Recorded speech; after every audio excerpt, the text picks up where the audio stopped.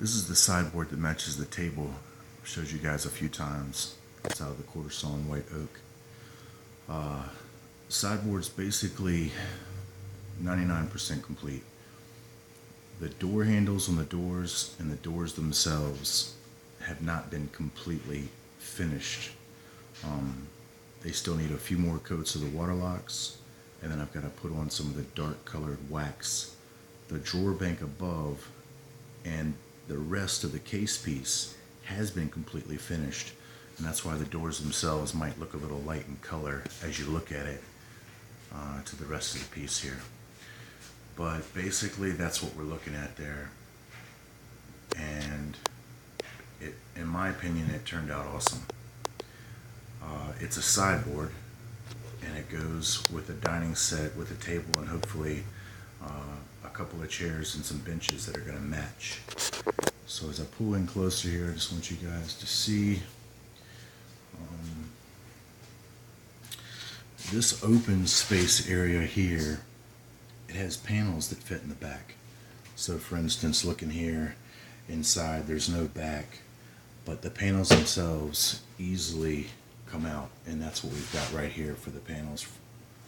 And they just slip right in the back. And the reason why I made everything come out, if you've got to clean the piece, if you ever have to refinish, if there's a part that ever needs to be repaired, if there's some sort of damage to the piece, well then the shelves themselves completely come out, the panels come out, and then the whole area can be worked on, cleaned, refinished, shelves can be repaired, replaced, 50 years, 100 years, however it comes into play. So basically the same feature is throughout. I've put some little rare earth magnets up top to catch the doors, and the way that I do my little door catches is I usually try to put a little corner on the inside here, and then the catch fits right there in the corner. I'm going to leave it unfinished so it ages naturally, and then the doors themselves just simply get pulled in by the magnet. The doors, or the drawers I should say, I used walnut dowels. It was the most practical and most simple way that I could devise to create handles for this. I wasn't necessarily looking for simple, but the two just kind of came together in a perfect way in my opinion, and these pulls have definitely got a lot of attention. They're glued with one larger dowel, as we see here, and I think that this is a 5/8 diameter, and then we have a 3/8 diameter that fits into the back that is glued to this piece, but the hole here, it's not glued. It's a tight fit and it's waxed. You can put it in under pressure with a clamp, and the idea is in the future, if it ever breaks, if there's any damage that incurs, it can be easily replaced and replicated. Most likely I'll make a few of these pulls and then maybe pass them on to the person that's purchasing the sideboard, but also this person is a woodworker. They might feel that they're going to make their own pulls one day in the future. Nonetheless, the doors or the drawers turned out great. The fit is awesome. There's no mechanical slides in it whatsoever. Basically, it's a box that's fit into a perfect opening, and as a result, the drawers slide in and out. Awesome. Everything's working great. I'm very happy. You can see the two-stage top that I created there, and the top has not yet been attached, so I can just slide it around simply here. But basically this is probably a nod to James Krenov. If anybody is familiar with him, you'd understand. If you're not, get familiar. He's an awesome woodworker and philosopher. I thought that the two-stage top created a nice effect in the molding, but yet kept everything simple. This is what we've got for the base down below. Those beautiful tiger flake legs. And I didn't veneer any of the quarter sawn on the outside. A lot of guys would choose to keep the quarter sawn going all the way around. But because I had a lot of straight grain and it wasn't everything tiger flecked, and especially on this side itself, I just decided to use it as a contrasting element with the straight grain, as we see here, and then almost the plain sawn effect of the legs. And we can see that the legs were glued together, but the glue ups have been coming up awesome. You know, the two pieces together to make the thickness for the legs, and the glue ups have been coming flawless. So all in all, you have to remember the oak table up front, the style of the legs, and a few of the other features like the walnut pegs and what have you. And that's really the inspiration for the design on this piece right here. This is the next thing I'm working on. This is an 11'3", 11'4", 5", something like that. Kitchen island top. It's made out of solid cherry. And what we have is a live edge on one side, which means that this edge of the tree, this board here, has been glued to matting boards. This board here has been halved, and the other half has been put on the outside, so that I have two live edges that have been encasing the entire piece. So if you look at the piece here, you can see that it's really the outside of the tree. It's not true. It's basically free form, meaning it's not a perfectly straight line. It's a free form, and that's where sometimes you hear me talk about freeform geometry as a part of the natural creation. But in resonance, the variables create harmony, which then in turn create a symmetry. But the symmetry itself is not outright. It has to be seen within the big picture. And in a sense, that's what the freeform geometry of all creation basically does. And you can look at it within the cathedrals here of the wood. Notice that all the lines, in a sense, are going together, but they're not perfectly matching each other. They're, in a sense, inspired by the movement of the others beside them, but they're not clones of one another. They're freeform, they're unique, they allow to carry their same being, but yet traveling the same direction on the path, the same direction with the grain. And that's beautiful. That's where you can be harmonious, you can be thin, you can be fat, you can be tall, you can be short, you can be dark, you can be light, you can be whatever you want to be, as long as you're traveling that correct direction along the path of truth. I know that truth. It's Jesus Christ. So this piece here, we have some open space here. This lumber is very expensive. It was like $1,600 just for the lumber package for this island. $1,600 just for the lumber to build the piece. So I didn't waste any lumber here. We're going to have stone that overlays this portion. That's the range that's dropped into the piece now. It's dusty. It's a touch top range, and there will be stone that covers over this portion. And the reason for the stone, one, is to lift it up off of the island to reduce the heat. The heat with the wood is not always the best thing, although this will be able to handle any amount that it gets. But the stone will since be an insulation and a buffer for the range to be suspended just a ½ inch above the piece, and then the stone will stick out. It'll have a rough edge, but it's been sanded smooth. I'm going to do the stone work as well. But when she's got hot pans, if you have to slide them off to the side, you know, you could do it on the island top, but your finish wouldn't hold up that long. So we put the stone here, and then the hot pans can go right over it and set right on top. Everything will work out great. So here's the other side.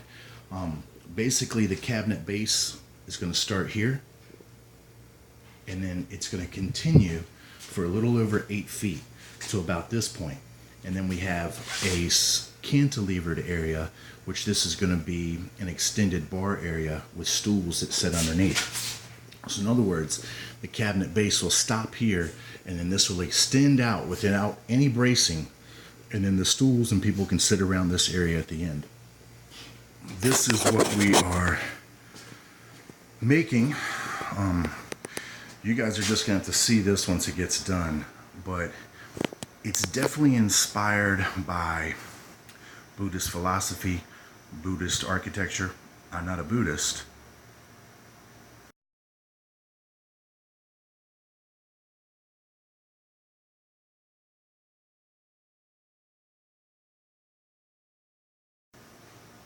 I'm not a Buddhist, nor do I have anything against anybody that is. And yes, I definitely know a lot of people that are Buddhists and do practice Buddhism.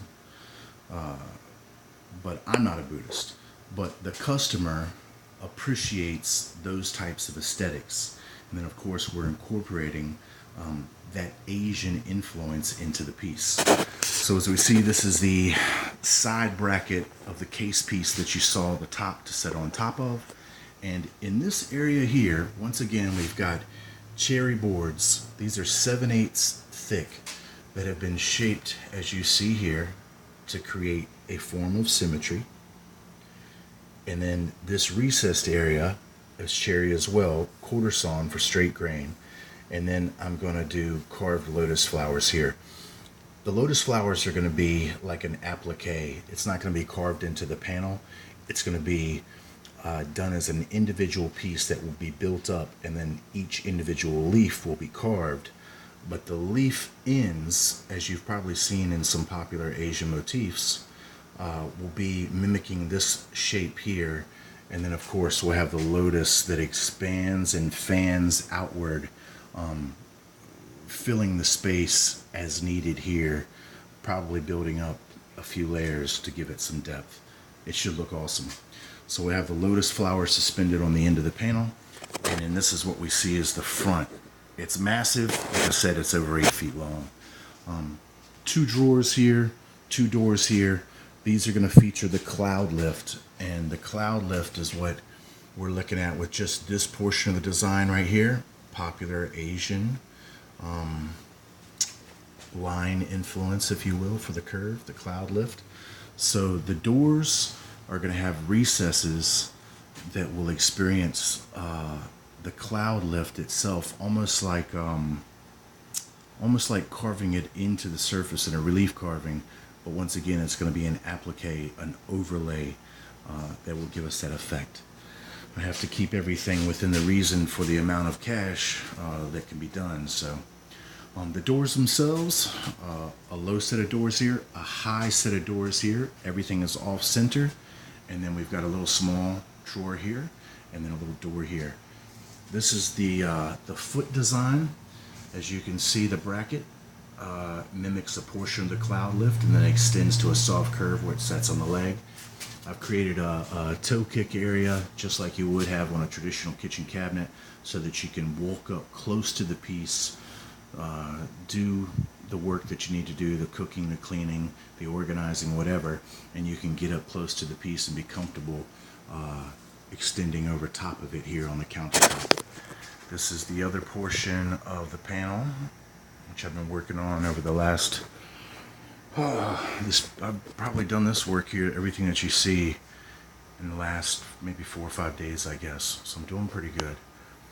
And then on the back, this back is going to be completely open, okay, meaning to the room, to the people that are coming in. There's going to be hand-carved Buddhist columns that this person has purchased from temples that have probably been demolished over the last 50 years, and they've been storing them in warehouses. I'm putting columns on either side of this for this guy. But my point is, along the back, these brackets here that you see, they will run across the back. But they're not going to be all the same size. They're going to vary in size from very small in the center. They'll get a little larger and then get smaller again as they go towards the outside. You guys will just have to see it. I'm going to show you guys something for anybody that's interested in woodworking here. This is my Jet. I don't even know what it is. JTS 10 table saw. Alright, I've looked at some reviews on the internet, not very good. A couple videos on YouTube. It's an old saw. I don't have a lot of money. I don't have any money.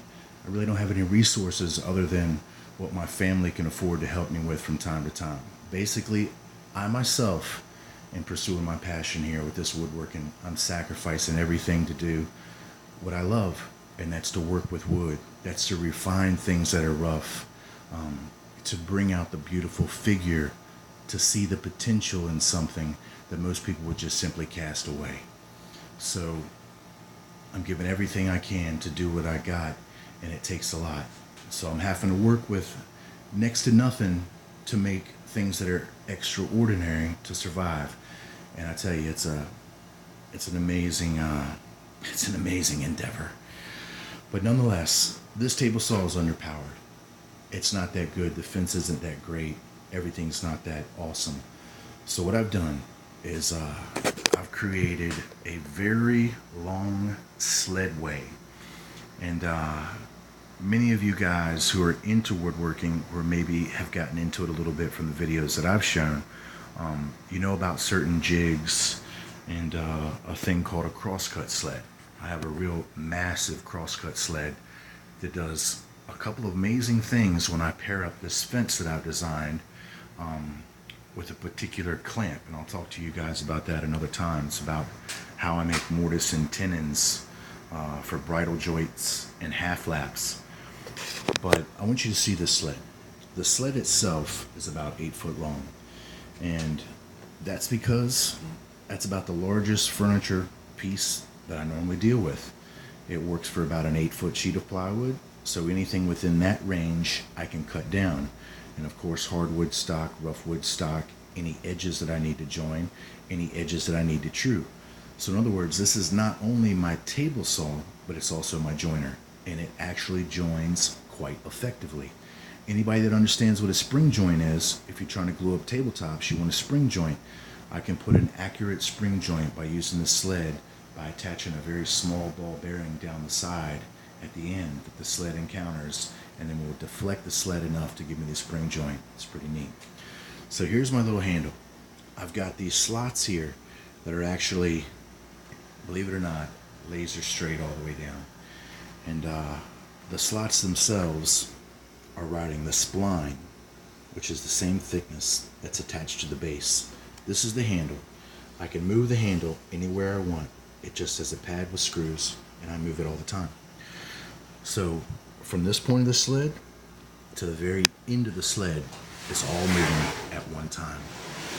Anything that moves across the plane of this blade hanging over the edge of the sled will be cut accurately, and that's the beauty of it. Right now I'm actually making shelf dados. What I've done is I've attached a piece of MDF, which you would consider this a sacrificial base, which means it can get cut. It's not an expensive piece of material. Basically, we use it to make clean cuts in other wood to support the fibers.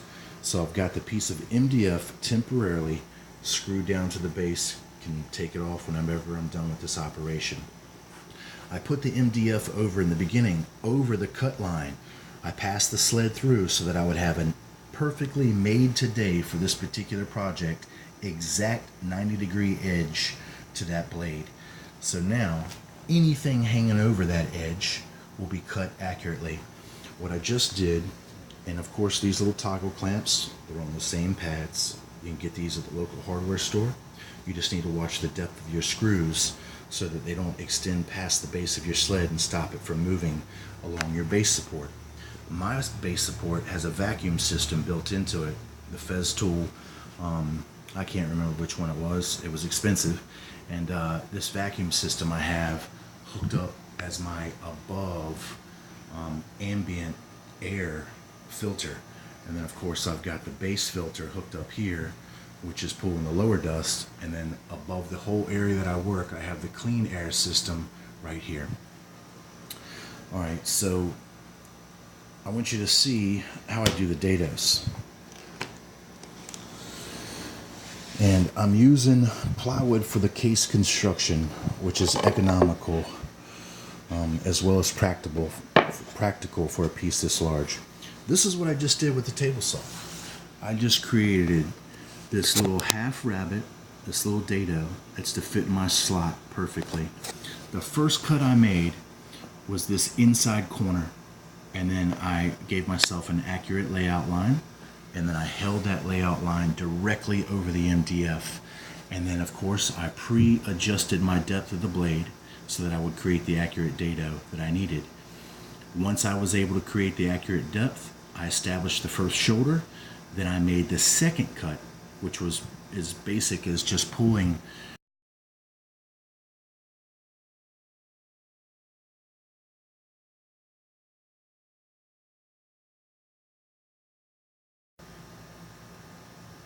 and once I just pulled it back, then I was able to cut the rest of the waist off to the edge, and then now have a perfect dado, which I can come over here with the dado, and then I can put it in the slot,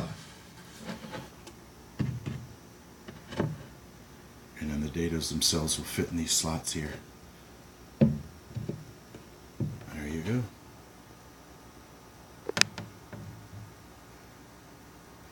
Now that is a perfect fit. There's going to be no air. There's going to be no reveal whatsoever.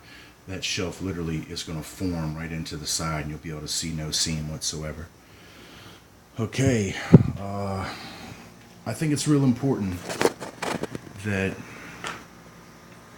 for people that are working with underpowered tools, not a large amount of cash, not any amount of cash to make anything happen. Don't be discouraged.